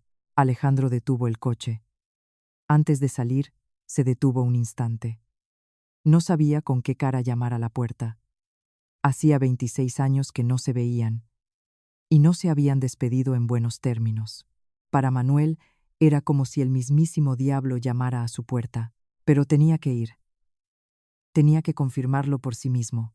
Alejandro salió del coche. En el momento en que entró en el patio, oyó un ruido dentro de la casa. Una puerta vieja chirrió al abrirse. Era Manuel, con su chaleco de trabajo y unos vaqueros, su pelo corto y su rostro marcado por las tormentas de la vida. Su mirada severa y adusta se clavó en Alejandro. Un segundo. 2. Los ojos de Manuel se fijaron en la cara de Alejandro, y su expresión se endureció. No. Más que endurecerse, se transformó. Maldito seas. Su voz era baja y lenta, pero contenía una furia helada. Manuel retrocedió un paso y cogió la escoba de plástico que estaba en un rincón del patio. Alejandro no se movió. La escoba le golpeó en la espalda. ¡Zas! Alejandro se tambaleó hacia adelante. Le golpeó en el hombro. En la espalda, Manuel blandía la escoba sin decir palabra. Al ser de plástico, el ruido era mayor que el daño. Pero la fuerza de Manuel no era la de un hombre cualquiera. Eran los hombros de alguien que había cargado sacos de 20 kilos a diario. Alejandro simplemente recibió los golpes, en la espalda, en los hombros, en los brazos, en el costado. No dijo ni una palabra mientras lo golpeaban. No se defendió, simplemente se quedó quieto, recibiendo los golpes. A Manuel, eso pareció enfurecerlo aún más, y golpeó con más fuerza. Desgraciado, tenías que aparecer así, de esta manera. Después de 26 años, empezó a hablar. Su voz temblaba. Los golpes no cesaban. ¿Sabes cómo murió mi hermana? ¿Lo sabes siquiera? Maldito seas. Alejandro, con la cabeza gacha, seguía recibiendo los golpes. Pasaron 30 minutos. Los brazos de Manuel empezaron a flaquear. Le faltaba el aliento. El sudor le perlaba la frente. Los escobazos eran cada vez más cortos. Finalmente, Manuel se quedó quieto, con la escoba en la mano, jadeando. Alejandro también estaba de pie. La chaqueta arrugada, el pelo revuelto. Pero seguía en pie. Desgraciado. ¿A qué has venido?, dijo Manuel. Le costaba respirar. Alejandro abrió la boca. Lo siento. Aunque me mates a palos, me lo merezco. Los ojos de Manuel se entrecerraron. La escoba en su mano se alzó de nuevo. Pero en ese momento, el rostro de Manuel se puso blanco. La escoba se le cayó de las manos y se desplomó hacia adelante. Alejandro corrió hacia él. Se arrodilló y le sujetó los hombros. Estaba consciente, pero tenía la mirada perdida y el rostro pálido. Un sudor frío le empapaba la frente. Manuel apenas pudo abrir los ojos y mover los labios. No, es nada. Cállate, le cortó Alejandro, y lo levantó en brazos. Corrió hacia el coche. Abrió la puerta del copiloto y metió a Manuel dentro. Dio la vuelta, se sentó al volante y al mismo tiempo sacó el móvil. Llamó a su secretaria. Resérvame la mejor sala de urgencias de Zaragoza. Ahora mismo. Voy para allá. Moviliza al mejor equipo médico. ¿Entendido? Ahora mismo. En 5 minutos. Colgó y arrancó el motor. El coche salió del callejón y aceleró rápidamente. En urgencias. El hospital al que Alejandro llevó a Manuel era uno de los mejores de Zaragoza. Gracias a la llamada previa de la secretaria, un equipo de urgencias los estaba esperando. Manuel fue trasladado en una camilla hacia el interior. Alejandro se sentó en una silla del pasillo. Por primera vez, se quitó la chaqueta. Se arremangó las mangas de la camisa arrugada. Apoyó las manos en las rodillas y miró el pasillo. No supo cuánto tiempo pasó. Un médico salió. La causa principal es el agotamiento y el estrés acumulado. No hay problemas cerebrovasculares. De momento necesita reposo. Habrá que ver cómo evoluciona, pero hemos actuado a tiempo. Alejandro asintió. Trasládenlo a una suite privada. Sí. La preparamos ahora mismo. Manuel abrió los ojos una hora después.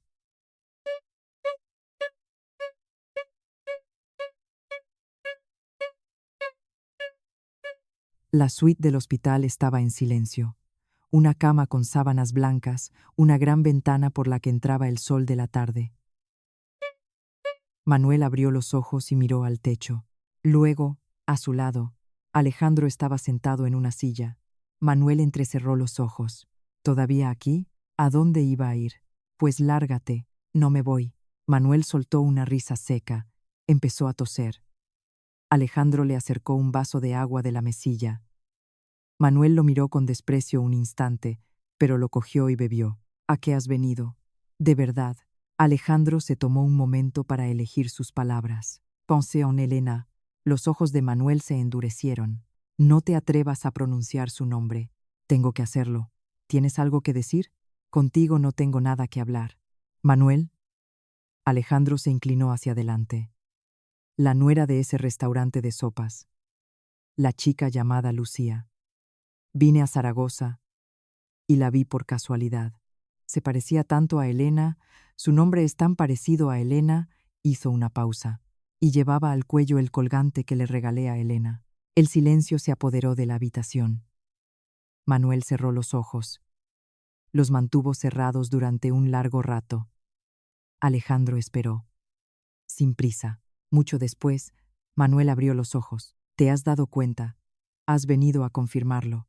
Manuel miraba al techo. Un largo silencio. Desde fuera, se oyó débilmente el canto de un pájaro, y luego desapareció. En ese momento, el móvil de Alejandro vibró. Miró la pantalla. Un número desconocido. Iba a contestar, pero Manuel dijo: «Cógelo». Alejandro contestó, pero antes de que pudiera hablar, oyó un ruido, el ruido de fondo, ruido de platos, alguien gritando, el ajetreo de un lugar concurrido, y luego, la voz de Lucía: «Tío, soy yo». «¿Dónde estás?» «Me han llamado diciendo que te has desmayado». Detrás, la voz de Carmen la interrumpió: «Lucía, tenemos que preparar lo de las 100 personas». «¿A dónde vas a ir ahora con el teléfono?» «Cuelga, te he dicho que tenemos que ir al mercado». Lucía dijo en voz baja: «Suegra, es que dicen que mi tío se ha desmayado. Un momento, por favor». «¿Qué momento ni qué momento? ¿Ese tío tuyo qué es? ¿Tu familia de sangre? ¿O es esta tu familia? ¿No sabes que tenemos la reserva del señor presidente? Muévete de una vez». «Suegra, por favor, ¿qué?» Se oyó un golpe seco, y la respiración de Lucía se aceleró. El sonido de algo siendo arrancado con fuerza. «Ay, suegra, ¿por qué me tira del pelo?» Se escapó un sollozo, y la llamada se cortó. Alejandro bajó el móvil. La habitación estaba en silencio. Manuel tenía los ojos cerrados. Sus manos, sobre las sábanas, se cerraron lentamente en un puño y se relajaron. «Lo has oído, ¿verdad?», dijo Manuel, sin abrir los ojos. Alejandro no respondió. En su lugar, se levantó de la silla y se acercó a la ventana. Miró hacia afuera. En el jardín del hospital, abajo, la gente iba y venía. Pequeñas figuras en movimiento. Manuel dijo a Alejandro, sin apartar la vista de la ventana: «Dime la verdad». Manuel tardó en hablar. El aire en la habitación era pesado. Una mezcla del olor a oxígeno y desinfectante. El olor característico de un hospital. Manuel empezó a hablar lentamente. «Lucía», su voz era grave y ronca, «es la hija que Elena tuvo después de que te fueras. La tuvo sola, y se fue sola». La espalda de Alejandro se tensó. «Esa niña es mi hija», fue una sola frase. Corta, clara, irreversible. Alejandro seguía mirando por la ventana. No dijo nada. En el cristal se reflejaba su rostro, borroso. Un rostro que le resultaba desconocido. Manuel continuó: «Por eso lo oculté. Pensé que si te la llevaba, la niña sufriría. No sabía si presentarle a una niña que había crecido sin saber nada a un magnate como tú era lo correcto para Lucía». Alejandro se giró lentamente. Sus ojos se encontraron con los de Manuel. Los ojos de Manuel estaban enrojecidos. No estaba llorando. Estaba luchando por no llorar. «Pero, Alejandro», dijo Manuel en voz baja, «ella ahora no es feliz. Y yo, sabiéndolo, no he podido hacer nada por ella, con el cuerpo así, sin dinero, sabiendo que está ahí sola, aguantando golpes». Su voz se quebró al final. «Por favor», dijo Manuel. «Por favor, sácala de ahí. Odio más que a la muerte tener que pedirte esto. Pero es la hija de Elena, y yo no puedo hacer nada por ella». La habitación se quedó en silencio. Alejandro miró a Manuel, el amigo al que le había dado la espalda hacía 26 años. Ese amigo había criado a su hija durante 26 años, la hija de su hermana, como si fuera suya, alimentándola, vistiéndola, acostándola, sin darse cuenta de que su propio cuerpo se desmoronaba. Había una razón por la que se merecía que lo mataran a escobazos. Alejandro acercó una silla y se sentó junto a la cama, y dijo: «Gracias». Manuel cerró los ojos. «No lo he dicho para que me des las gracias». «Lo sé», respondió Alejandro secamente. «Pero es algo que tengo que decir». El silencio volvió a caer en la habitación. El sol de la tarde se inclinaba al otro lado de la ventana. El ángulo de la luz sobre las sábanas blancas cambiaba poco a poco. Alejandro, observando la luz, se quedó sentado en silencio. Algo empezaba a tomar forma en su cabeza. No sabía decir si era rabia o sentido de la responsabilidad, o si eran 26 años de culpa cayendo de golpe. Pero fuera lo que fuera, tenía una cosa clara: ya no iba a mirar hacia otro lado. Lucía Torres, su hija. Antes de salir de la habitación, Alejandro se giró para mirar a Manuel. Tenía los ojos cerrados. Su respiración era regular. Parecía dormido. Parecía un hombre que, después de cargar con el peso de 26 años, por fin había soltado un poco de su carga. Alejandro cerró la puerta en silencio. En cuanto salió al pasillo, sacó el móvil. Llamó a su secretaria. «¿Dónde estás?» «Señor presidente, estamos esperando en el aparcamiento del hospital». «¿Cuántos sois?» «20 hombres, como ordenó anoche». Alejandro, sin dejar de caminar, dijo: «Id ahora mismo al restaurante Sopas Caseras Carmen Vargas». La imagen de la secretaria y los guardaespaldas en fila era algo que no encajaba en absoluto en el estrecho callejón del restaurante. 3 coches negros se detuvieron a la entrada. Alejandro iba al frente. Se había vuelto a poner la chaqueta, se pasó una mano por el pelo revuelto y caminó muy despacio. Desde el interior del restaurante se filtraba la luz. A través de la ventana se veía un movimiento ajetreado. Parecía que Carmen se afanaba en los preparativos para las 100 personas. Alejandro abrió la puerta y entró. El restaurante se quedó en silencio al instante. Carmen asomó la cabeza desde la cocina. Tenía el delantal manchado de caldo y el sudor le perlaba la frente. «Ay, señor presidente, ha venido. Estamos en plenos preparativos. La reserva es para mañana». Alejandro no escuchó a Carmen. Recorrió el comedor con la mirada. Vio a Lucía. Estaba en una mesa del rincón, limpiando verduras.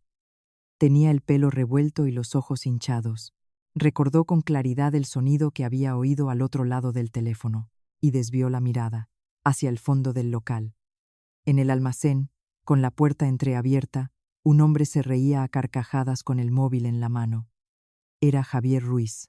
Con una camiseta manchada de grasa y el pelo peinado con un tupé, tenía la cara pegada a la pantalla del móvil. Al otro lado de la pantalla se oía la risa de una mujer. Los ojos de Alejandro se enfriaron. En ese momento, la puerta se abrió de nuevo. Era Sofía, con la parte de arriba del mono atada a la cintura y mascando chicle. En cuanto vio a Lucía, abrió la boca. «Oye, Lucía, ¿has terminado con esas cebolletas? Te dije antes que no las cortaras tan gordas. Seguro que las has vuelto a cortar gruesas».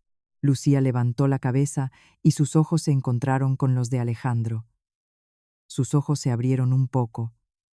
Sofía también vio a Alejandro y a la secretaria y los guardaespaldas que estaban detrás de él. Su rostro se endureció. Carmen, con un trapo en la mano, se adelantó con paso decidido. «Señor presidente, la reserva es para mañana. Hoy estamos preparando». «Lo sé», respondió Alejandro secamente. «He venido porque los preparativos ya no son necesarios». Carmen parpadeó. «¿Cómo?» La secretaria dio un paso al frente. Llevaba un documento en la mano. Desdobló el papel, pero en lugar de dejarlo sobre el mostrador, lo tiró al suelo. El papel cayó planeando. Era un contrato de compraventa del edificio. Carmen, con los ojos muy abiertos, se agachó a mirarlo. Su rostro cambió de color. «¿Qué es esto?» Hemos comprado este edificio, dijo la secretaria. Su voz era tranquila y profesional. La compra se ha completado. El contrato de alquiler de este local finaliza hoy.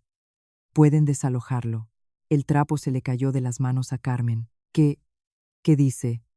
Este restaurante tiene 20 años. 20 años. ¿Cómo que han comprado el edificio de repente? Eso no tiene sentido. Sí que lo tiene, dijo Alejandro. Si se tiene dinero. En ese momento, se oyeron pasos detrás. Era Javier. Salió del almacén e intentó entender la situación. Mirando a su alrededor. Oye, ¿qué pasa aquí? ¿Quién es esta gente? Alejandro miró a Javier. Su mirada era glacial. No dijo nada. En su lugar, empezó a caminar. Lentamente, hacia Javier. Javier retrocedió un paso. Oye, ¿qué haces? ¿Quién eres? Alejandro agarró a Javier por el cuello de la camisa y lo arrastró hacia la mesa de amasar de la cocina. Había un gran recipiente, un recipiente lleno de masa de harina. Estrelló la cara de Javier en él. Plaf. Javier se debatió. Alejandro soltó lentamente la mano. Cuando Javier levantó la cara, tenía la nariz y la frente cubiertas de pegotes de masa. ¿Pero qué coño? Engañando a tu mujer con tu amante, dijo Alejandro. Su voz era baja y tranquila. Ya me habían informado. Pero traerla hasta el almacén del restaurante. Hay que ser muy miserable. La cara de Javier se endureció. ¿Por qué me hace esto? ¿Usted quién es? Pronto lo sabrás. Alejandro se dio la vuelta. Hizo un gesto a los guardaespaldas. Un solo gesto. Sin palabras.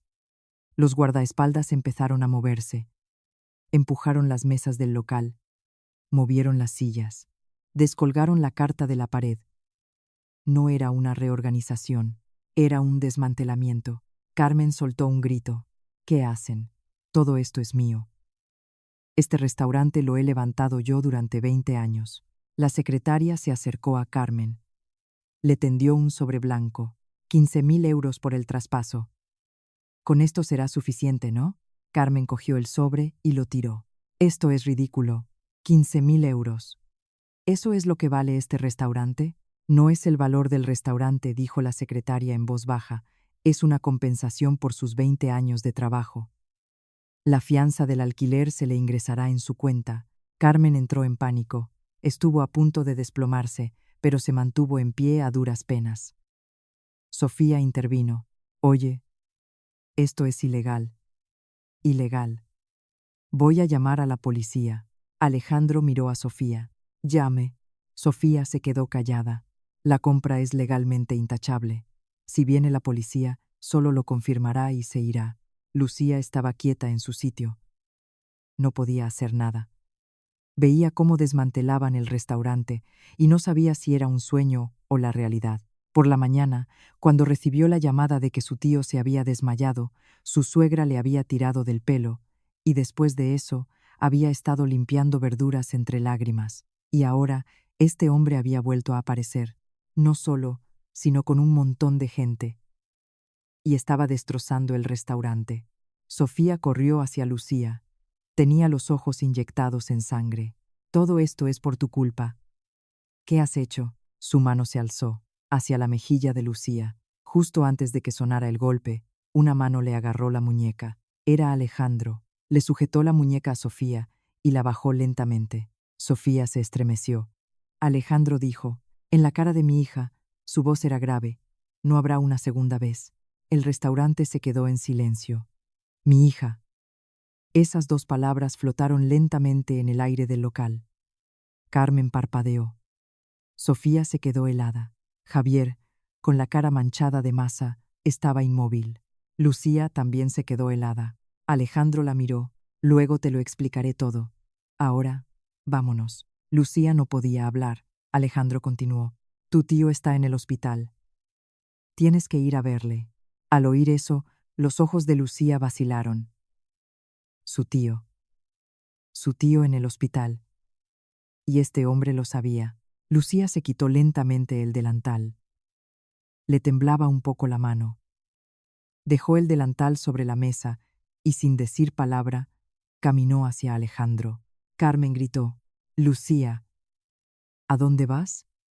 Tenemos que preparar lo de las 100 personas». Lucía no se giró. Por primera vez, no se giró. Justo antes de salir del restaurante, Alejandro se volvió. Carmen, Sofía y Javier estaban allí, inmóviles. Alejandro dijo: «Esto es solo el principio». Su voz era tranquila y clara. «A partir de ahora, os voy a enseñar lo que pasa cuando se meten con mi sangre». Y salió por la puerta. En el coche, el lujoso sedán de Alejandro avanzaba lentamente hacia el hospital. Lucía estaba sentada en el asiento trasero. No decía nada. Miraba por la ventanilla. Alejandro abrió la guantera. Sacó una pequeña foto y se la tendió a Lucía. Lucía la cogió. Era una foto antigua. 2 personas, una al lado de la otra. Un hombre joven y una mujer joven. En el momento en que vio la cara de la mujer, la mano de Lucía se detuvo. Era como mirarse en un espejo. Se parecía tanto a ella. La cara ovalada, los ojos de cierva, los rasgos delicados, y la mujer de la foto llevaba al cuello un colgante dorado y redondo. Los ojos de Lucía se abrieron de par en par. Alejandro dijo: «La mujer de la foto es Helena Torres, tu madre». Lucía apartó la vista de la foto. «Y el hombre de la foto soy yo». El coche se quedó en silencio. Solo se oía el suave ronroneo del motor. Alejandro continuó lentamente: «No sabía que habías nacido. Si lo hubiera sabido, no habría permitido esto. Si lo hubiera sabido, habría venido mucho antes». Su voz se apagó al final. «Soy tu padre». Lucía bajó la vista hacia la foto. Sintió que le ardían los ojos. Pero no lloró. Fue todo tan repentino que su cuerpo aún no sabía de dónde ni cómo sacar las emociones. Lucía preguntó en voz baja: «¿Mi tío lo sabía?» «Sí, por eso odiaba tanto ese colgante». Alejandro no respondió. En su lugar, miró al frente. Lucía volvió a mirar la foto. La miró durante un buen rato, y luego dijo: «Primero quiero hablar con mi tío». En la habitación del hospital, Manuel estaba despierto. Al ver entrar a Lucía, intentó incorporarse, pero volvió a tumbarse. Lucía corrió a sentarse junto a la cama. «Tío, ¿por qué has acabado así? ¿Por qué no me lo dijiste?» Su voz temblaba. Manuel le cogió la mano, una mano tosca y gruesa. «Lo siento», fueron 2 palabras. «Tío, no tienes por qué sentirlo. Tú me criaste». «Aún así, lo siento», dijo Manuel, y cerró los ojos un instante antes de volver a abrirlos. «Es tu padre, ese desgraciado. Pero creo que tienes que saberlo, porque creo que ya no voy a poder estar a tu lado yo solo». Lucía negó con la cabeza. «Tío, tienes que vivir muchos años». «Viviré, viviré», dijo Manuel secamente. «Pero al lado de ese tipo podrás vivir mejor. Tiene dinero. Tiene poder». «Mi cervatilla». Lucía levantó la vista. ¿Cuánto tiempo hacía que su tío no la llamaba así? «De pequeña siempre te llamaba así». «¿Y por qué me llamabas así?» «Porque tenías ojos de cervatilla», dijo Manuel, con su tono tosco de siempre. Pero la comisura de sus labios se curvó muy ligeramente. Por primera vez, Lucía lloró. Las lágrimas corrían por sus mejillas en silencio. En el pasillo del hospital, Alejandro esperaba. Pasó 1 hora. La puerta se abrió y salió Lucía. Tenía los ojos hinchados, pero su expresión era más firme que antes. Alejandro la miró. Lucía fue la primera en hablar. «¿Puedo preguntarle algo?» «Pregunta. ¿Qué va a hacer con mi familia política?» Alejandro la miró. «Tú decides. Yo puedo hacer todo lo que esté en mi mano, tanto lo legal como lo que no». Lucía negó con la cabeza. «Legalmente. Jimmy». Lucía bajó la vista un instante. 2 años de matrimonio pasaron por su mente. Levantarse cada madrugada para cargar harina, las bofetadas, los tirones de pelo, vivir como una criada. Lo repasó todo rápidamente y levantó la vista. «Solo quiero devolverles lo que me hicieron». porque ya no quiero ni pensar en ello. Legalmente. A partir de ahí, los acontecimientos se precipitaron. El restaurante de Carmen Vargas recibió una inspección de sanidad. Ingredientes caducados, falta de higiene, almacenamiento inadecuado, encontraron irregularidades en cada punto. Se dictó una orden de cierre. El restaurante cerró sus puertas.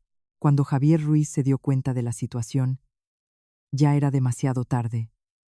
El préstamo que iba pagando con los ingresos del restaurante de su madre le fue reclamado para su amortización inmediata. Se obtuvieron pruebas de su infidelidad y se presentó una demanda por daños y perjuicios. También se inició un proceso judicial por los salarios no pagados de Lucía. Javier se vio acosado por las deudas por todas partes.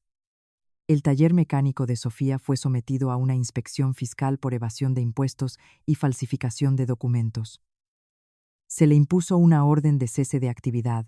El local donde se encontraba el taller era un edificio que Alejandro había comprado. El contrato de alquiler se rescindió. Los préstamos que había pedido para montar el negocio también le fueron reclamados de inmediato.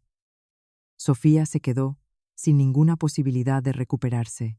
Carmen, Javier y Sofía. Los tres se derrumbaron. Ni una sola acción fue ilegal. Todo se hizo dentro del marco de la ley.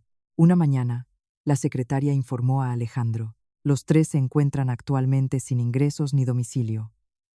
Les resulta imposible realizar cualquier actividad económica en el país. Alejandro, mirando por la ventana, dijo: «No puedo respirar tranquilo si vivimos en el mismo país». La secretaria asintió. Unos días después, Carmen, Javier y Sofía recibieron una visita. Era alguien enviado por la secretaria. «Les hemos conseguido un pequeño alojamiento en Vietnam. Los billetes de avión también están listos. Si se quedan en España, les será imposible trabajar o vivir. Les recomiendo que acepten mientras se lo pedimos amablemente». Carmen gritó: «Esto es una deportación forzosa. ¿Qué crimen he cometido yo? Si le han cerrado el negocio, será por algo. La próxima vez que nos veamos, puede que no sea de una forma tan cortés». Al final, los tres hicieron las maletas. Subieron a un avión con destino a Vietnam. Con un pequeño alojamiento y un billete de ida, fueron expulsados de España, dejando atrás el restaurante del Callejón de Zaragoza que habían mantenido durante más de 20 años, y el taller mecánico de al lado. Lucía se enteró de que su familia política se había ido al extranjero. Le extrañó. ¿Vietnam, de repente?, pensó. Pero al mirar a Alejandro, lo entendió. Cuando Lucía le pidió que lo hiciera legalmente, este hombre hizo todo lo que pudo dentro de esos límites.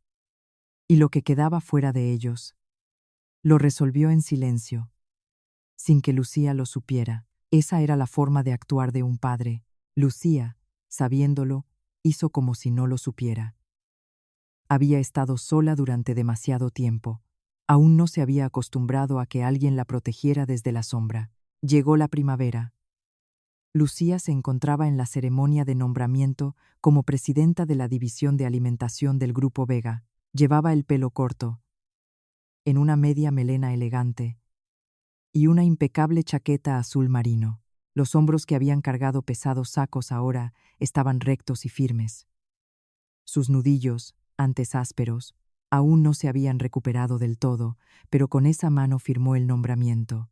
Al cuello llevaba el colgante dorado y redondo. Le había puesto una cadena nueva. La medalla era la misma. Era de su madre, y contenía el amor de su madre.